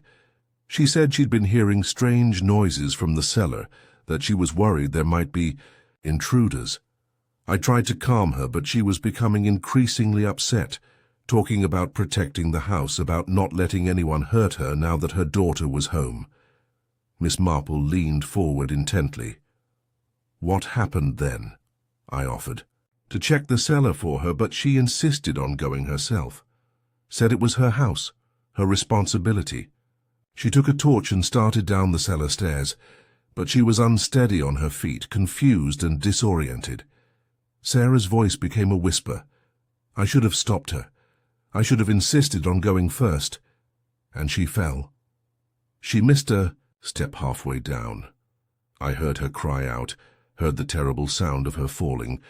By the time I got to her, she was unconscious at the bottom of the stairs. The torch had gone out and she was lying so still." Sarah pressed her hands to her face. "I knew immediately that her neck was broken. She was gone." The silence that followed was heavy with the weight of tragedy and misunderstanding. I sat with her until dawn, Sarah continued. "I kept thinking the police would ask questions. Why was I there? Why hadn't I prevented the accident? Why had I let a confused elderly woman go down dangerous stairs alone? But more than that, I couldn't bear the thought." Sarah considered the question seriously, as she always did. "I regret the fear I caused in the village," she said finally. "I regret that my grief manifested in a way that frightened others. But the time I spent as Helen, no, I don't regret. Thalichet. For a few months I kept alive the possibility of the reconciliation that both Helen and Eleanor had wanted so desperately. In some strange way I feel like I gave them both a gift. Helen the knowledge that her mother's last hours were happy ones, Eleanor the peace of believing her daughter had come home." Miss Marple nodded thoughtfully. "And now? How do you see your future?" "I'm thinking of opening the house occasionally for visitors," Sarah replied. "Not as a tourist attraction, but as a kind of memorial. So many families struggle with estrangement, with words left unsaid, with pride that prevents reconciliation. Perhaps Helen and Eleanor's story, the real story, not the version I created, might help others understand the importance of forgiveness before it's too late." It was a fitting memorial, Miss Marple thought. A house that had been the scene of so much sorrow might yet become a place of healing and understanding. The official investigation into Eleanor Whitmore's death, reopened in light of Sarah's revelations, concluded that Eleanor had died accidentally while in a confused mental state, possibly the early stages of dementia. The presence of Sarah Blackwood in the house at the time was deemed irrelevant to the cause of death, though it explained some of the inconsistencies that had puzzled the original investigators. The real Helen Whitmore was quietly interred in the St. Mary Mead churchyard, in a grave near her mother's but marked with her own name and dates. Sarah had arranged for the transfer of her remains from London, feeling it was what both Helen and Eleanor would have wanted. The headstone bore a simple inscription: "Helen Elizabeth Whitmore, beloved daughter, at peace at last." On the anniversary of Eleanor's death, Sarah held a small memorial service in the church, open to anyone in the village who wished to attend. She spoke simply and honestly about both women, Eleanor's strength and stubbornness, her deep love for her lost daughter, Helen's regret and longing, her final desire for reconciliation. There were tears, but also a sense of closure, of tragic story finally told in full. Miss Marple attended the service, sitting in her usual pew and observing the faces of her fellow villagers as they listened to Sarah's words. She saw understanding dawn in some faces, forgiveness in others, and the particular kind of peace that comes when mysteries are not merely solved, but truly comprehended in all their human complexity. After the service, as the congregation was filing out into the afternoon sunshine, young Sarah Clement approached Miss Marple with an expression of wonder on her face. "Miss Marple," she said quietly, "I've been thinking about what Mrs. Blackwood said about love and forgiveness and the importance of speaking the truth while we still can. It's made me realize I need to have some difficult conversations with my own parents, things I've been putting off, relationships I've been taking for granted." Miss Marple smiled and patted the girl's arm gently. "That sounds very wise, my dear. The most important mysteries we solve are often the ones in our own hearts." As the months passed and Sarah Blackwood settled into her role as guardian of the Whitmore legacy, the village gradually absorbed her story into its collective memory. The tale of the widow in the attic evolved from a ghost story into something more complex and ultimately more meaningful, a cautionary tale about the dangers of pride, the power of love to transcend death, and the ways that strangers can sometimes become family when circumstances and compassion align. Miss Marple often reflected on the case in her quieter moments, finding in it lessons about the nature of truth and deception, identity and belonging. Sarah Blackwood had committed no crime in the legal sense, but she had lived a lie for months, yet that lie had been born of love, and had brought comfort to a dying woman's final hours. Was such a deception wrong? Miss Marple found herself unable to answer that question with the certainty she might have felt in a simpler case. What she did know was that the human heart was infinitely more complex than any criminal plot, that the motives that drove people to extraordinary actions were often rooted in the deepest, most fundamental human needs, the need to be loved, to be forgiven, to belong somewhere in the world. Sarah Blackwood had found all of those things in St. Mary Mead, though by a path none of them could have anticipated. But the story was not quite finished, for mysteries have a way of revealing new layers just when one believes them to be completely solved. It was on a crisp morning in late spring, nearly a year after Sarah's confession, that the final piece of the puzzle revealed itself. Miss Marple had been visiting the Whitmore house to deliver some flowering bulbs for the memorial garden when Sarah met her at the door with an expression of excitement mixed with bewilderment. "Miss Marple, the most extraordinary thing has happened," Sarah said, leading her visitor into the sitting room. "I've been going through some of Eleanor's papers in preparation for the final settlement of the estate, and I found something quite remarkable." She handed Miss Marple a yellowed envelope. Carefully preserved but obviously old. The handwriting on the front was shaky, as if written by someone whose hands were unsteady, but the words were clear. "For Helen, if she ever comes home." "I found it in Eleanor's writing desk, tucked away in a secret compartment I discovered. Quite by accident," Sarah explained. "The paper suggests it was written some time ago, but I can't determine exactly when." Miss Marple opened the envelope with the care due to such obviously precious contents. Inside was a letter written in Eleanor's careful script, though the handwriting showed signs of the tremor that often comes with age or illness.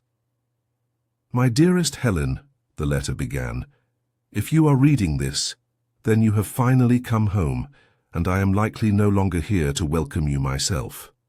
I have carried the weight of our quarrel for 20 years, and I fear that my pride and stubbornness may have cost us both the reconciliation we needed."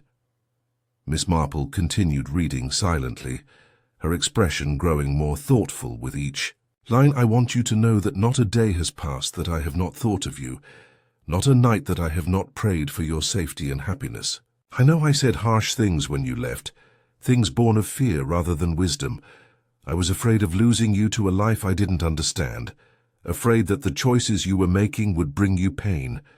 But in trying to protect you, I drove you away entirely, and that is a mistake I have regretted every day since." The letter went on for several pages, detailing Eleanor's thoughts and feelings over the years of separation, her hopes for eventual reconciliation, her deep and abiding love for her daughter despite their differences, but it was the final paragraph that made Miss Marple's breath catch. "I have been having strange dreams lately. Dreams where you come to visit me as a woman I don't quite recognize, someone who has loved you and cared for you in my absence. In these dreams, this woman brings me news of you, helps me understand the life you built away from St. Mary Mead. I wake from these dreams with such comfort, such peace, as if somehow you have found a way to send me your love through the kindness of a stranger. Perhaps it is merely an old woman's fancy, but I like to think that if you cannot come to me yourself, you might send someone who understands the depth of a mother's love and a daughter's need for forgiveness." Sarah looked up at Miss Marple with tears in her eyes. "Do you think, could Eleanor have somehow known? Could she have sensed what was going to happen?" Miss Marple folded the letter carefully and returned it to its envelope. "I think," she said slowly, "that love creates connections between people that we don't fully understand. Eleanor wrote this letter not because she knew the future, but because she understood the power of hope and the possibility that love might find a way to bridge even the greatest divides." She paused, looking around the room that had witnessed so much sorrow and so much healing. "But I also think there's another possibility, Sarah. When you visited Eleanor that first time, before her death, when you told me she was confused, sometimes addressing you as if you were Helen, what if that confusion wasn't entirely the product of illness?" Sarah frowned. "What do you mean? What if, on some level, Eleanor recognized in you the answer to her dreams?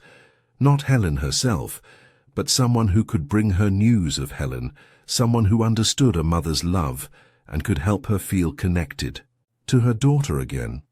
Miss Marple's voice was gentle but certain. "You said yourself that Eleanor seemed unusually happy that final evening, more at peace than you might have expected given her mental state. Perhaps that peace came not from delusion, but from the deep recognition that her prayers had been answered in a way she hadn't expected." Sarah sat quietly for a long moment, absorbing the implications of Miss Marple's words. "So when I pretended to be Helen after her death," she said slowly, "I wasn't really deceiving Eleanor. I was fulfilling a role she had somehow sensed I was meant to play." "Perhaps," Miss Marple agreed, "and perhaps that's why your deception felt so natural to you, so necessary. You weren't simply creating a false identity. You were becoming the bridge between mother and daughter that Eleanor's heart had somehow known she needed." The two women sat in contemplative silence, surrounded by the peaceful atmosphere of the house that had seen so much transformation over the past year. Outside the windows, the memorial garden was in full bloom, a living testament to the love that had brought them all together in such unexpected ways. "There's something else," Sarah said finally, "something I haven't told anyone, not even you." Miss Marple waited patiently, sensing that Sarah was preparing to share something deeply personal. "In Helen's personal effects, among all the unsent letters to her mother, I found something else. A letter addressed to me." Sarah's voice was barely above a whisper. Helen had written it just days before her death, as if she somehow knew what was going to happen. She retrieved another envelope from the desk drawer and handed it to Miss Marple. This one bore Sarah's name in Helen's familiar handwriting. "Dear Sarah," the letter read, "if something happens to me before I can make peace with my mother, I hope you will understand that you have been the greatest blessing in my life. These past 2 years, you have been the mother I needed when my own pride kept me from the mother I was born to. I know you grieve for the children you never had, just as I grieve for the mother I lost through my own stubbornness." Miss Marple looked up at Sarah with new understanding. "Helen knew about your desire for children?" Sarah nodded, her eyes bright with tears. "I was never able to have children of my own. My husband left me because of it many years ago. Taking in young lodgers was my way of creating the family I'd always wanted. But Helen was special. She needed mothering, and I needed someone to mother. We filled empty spaces in each other's lives." She gestured for Miss Marple to continue reading.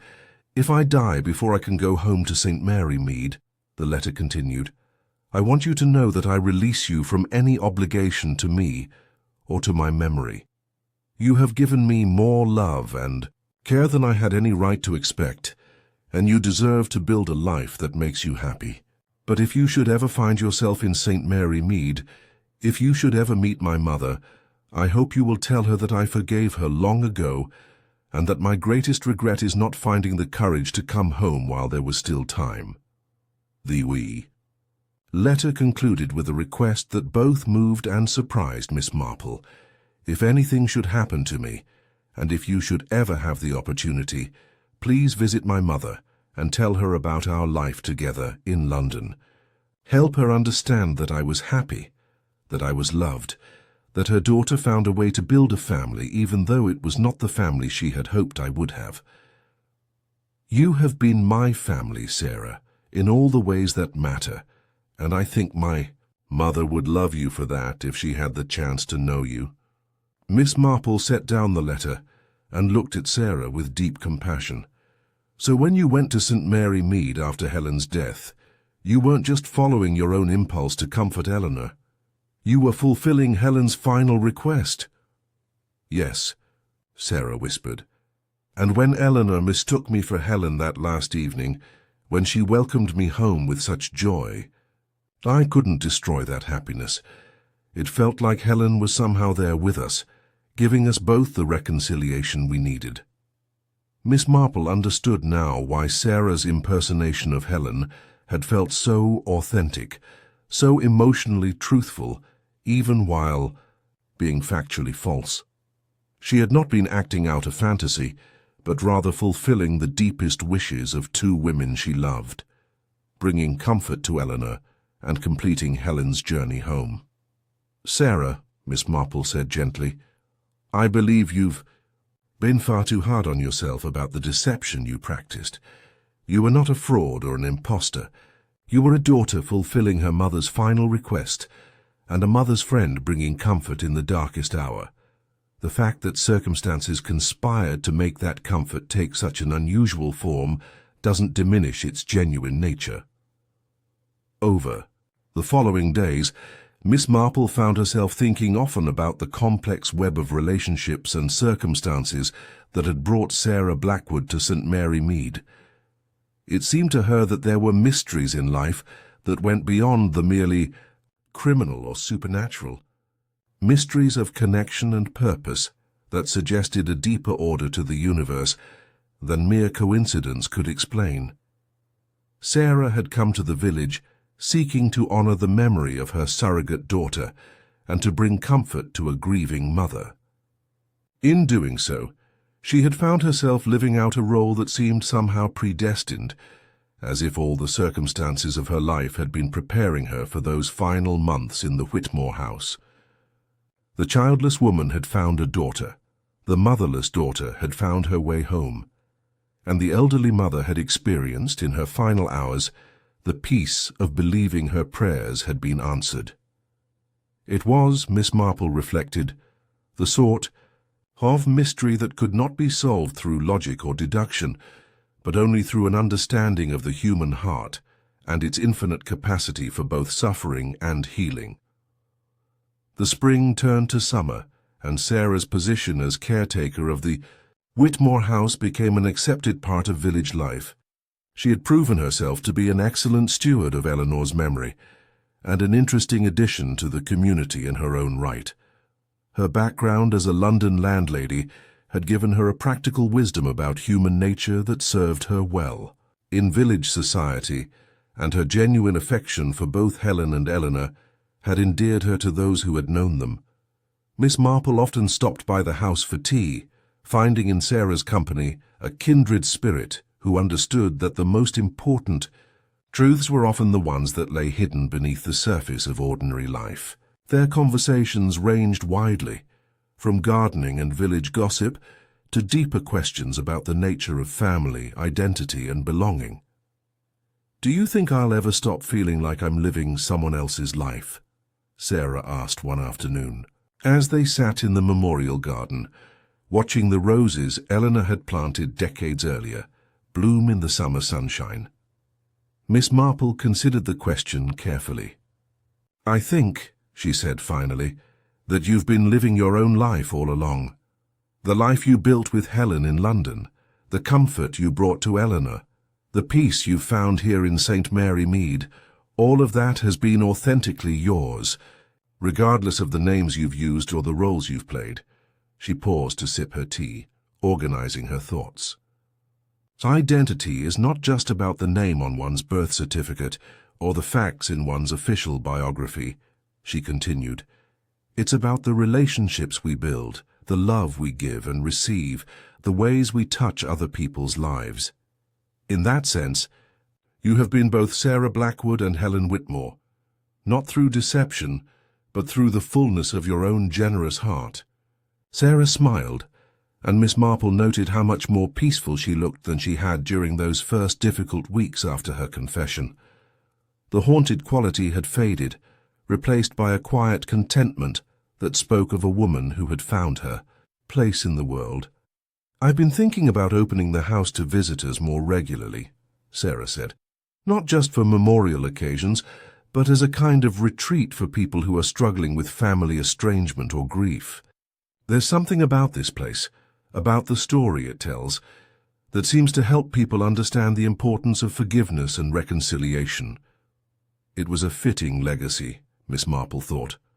A house that had seen so much sorrow transformed into a place of healing and hope.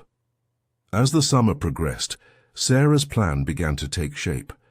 She worked with the local church and the village council to establish the Whitmore House as an unofficial counseling center, a place where families struggling with estrangement could come to talk, to reflect, and perhaps to find their way back to each other. The memorial garden became a space for quiet contemplation, and Eleanor's sitting room, the room where she had shared her final evening with Sarah, became a place where difficult conversations could happen in an atmosphere of peace and understanding. The first family to visit was a middle-aged couple whose adult son had not spoken to them in 5 years, following a disagreement over his choice of career. Sarah welcomed them with the same gentle warmth she had shown to everyone who entered the house, and over the course of several visits, she helped them understand that love was more important than disappointment, that acceptance was more valuable than control. Word of the house's new purpose spread gradually through the surrounding countryside, and soon Sarah found herself hosting a steady stream of visitors, parents and children, siblings who had quarreled, friends whose relationships had been damaged by misunderstanding or pride. Some came seeking advice, others simply wanting a quiet place to think about their situations. All left feeling that they had been heard and understood by someone who knew the cost of estrangement and the value of reconciliation. Miss Marple watched this transformation with deep satisfaction, seeing in it the perfect resolution to a mystery that had seemed to have no good ending. Sarah had found a way to honor both Helen and Eleanor while creating something positive from their shared tragedy. The house that had once echoed with whispers of regret now rang with conversations about hope and healing. One evening in late autumn, as the first frost was touching the garden and the memorial roses were giving way to the more hardy flowers of the season, Miss Marple and Sarah sat by the fire in Eleanor's sitting room, sharing a quiet cup of tea and reflecting on the year that had passed. "Do you think they know?" Sarah asked suddenly. "Helen and Eleanor, do you think they know what their story has become? How it's helping other families find their way back to each other?" Miss Marple looked around the room, noting how alive it felt now, how different from the cold, shrouded space she had first entered over a year ago. "I think," she said softly, "that love has a way of perpetuating itself, of creating ripples that extend far beyond our ability to see or understand them. Whether Helen and Eleanor are aware in any conscious sense of what's happening here, their love, for each other and for you, has become a force for healing in the world. That seems to me like the most beautiful kind of immortality. Sarah nodded, her eyes bright with tears that seemed to be tears of gratitude rather than sorrow. Outside, the wind rustled through the bare branches of the trees, and somewhere in the distance, the church bells of St. Mary Mead chimed the hour. But there were no whispers now, no mysterious lights flickering in windows, no sounds of ghostly footsteps on midnight stairs. The house held only the warmth of a fire in the grate, the comfort of friendship, and the quiet satisfaction of a mystery not just solved, but transformed into something healing and whole.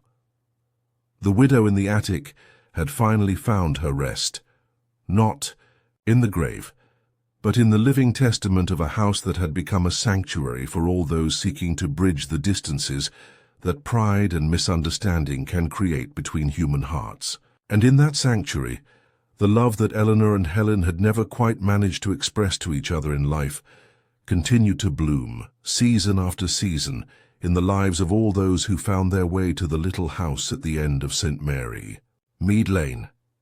Miss Marple finished her tea and prepared to walk home through the crisp autumn air, her mind already turning to other mysteries, other puzzles that might need unraveling.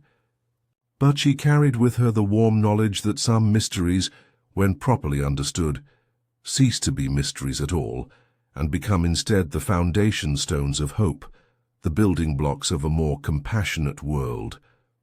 Behind her, in the sitting room where Eleanor Whitmore had spent her final evening believing her daughter had come home at last, Sarah Blackwood sat quietly by the fire, planning the next day's work in the memorial garden and thinking about the family who would be visiting next week, a father and daughter who had not spoken in 10 years, both of them carrying wounds that love might yet heal if given the chance. The story of the widow in the attic had ended, but the story of love conquering pride, of understanding triumphing over judgment, of strangers becoming family through the alchemy of shared grief and hope, that story would continue for as long as hearts needed healing and homes needed to be built from the fragments of broken relationships. In the quiet of that autumn evening, with the fire crackling peacefully in the grate and the memorial garden resting under its blanket of fallen leaves, the ghosts of St. Mary Mead were finally, truly at peace. A wealthy heiress vanishes without a trace. Mystery thickens with every clue. Welcome to Shadow Code. I'm Thornwick. Comment where you're watching from. Your words keep these stories alive.